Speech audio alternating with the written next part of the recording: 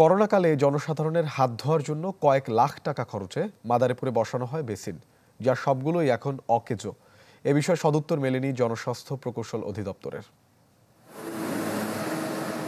নেই পানি কিংবা সাবানের ব্যবস্থা, আবার কোনোটি উধাও হয়েছে পানির কলসহ পুরো বেসিনটি। এ চিত্র মাদারীপুরের।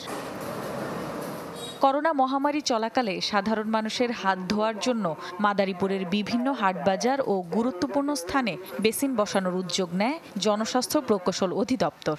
এসব বেসিন এখন ব্যবহারের উপযোগী না হওয়ায় পরিণত হয়েছে ডাস্টবিনে। করোনার সময় করছে, এখন পর্যন্ত এই যে ময়লা ডাস্টবিনের মতো এটা ডাস্টবিন বানিয়ে রাখছে। মোট কথা এটা একটু পরিষ্কার পরিচ্ছন্ন করে যদি পানির ব্যবস্থা করে তাহলে পথচারীদের জন্য অনেক সুবিধা হবে। প্রচণ্ড গরমে মানুষ অনেক ক্লান্ত থাকে, এক গ্লাস পানি কিনে খাওয়া একটা রিক্সাওয়ালার কাছে সম্ভব নয়। এরকম একটা বেসিন থাকাকালীন অযত্নে পড়ে রয়েছে।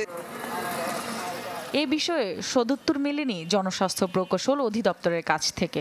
আর বেসিন অচল হওয়ার কারণ খতিয়ে দেখে দ্রুত সচল করার আশ্বাস জেলা প্রশাসকের। যে সকল প্রতিষ্ঠানে আমরা এগুলা স্থাপন করেছি, ওনারা এটা কিন্তু রিপেয়ার খুব বেশি অর্থেরও প্রয়োজন হয় না।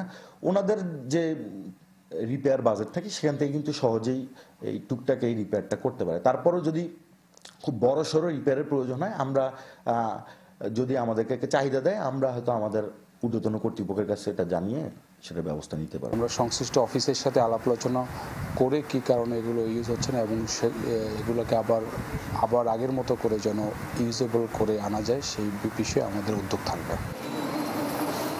2020 সালে 6,03,317 টাকা ব্যয়ে মাদারীপুরে বসানো হয় 20টি বেসিন। Desk report, channel 24।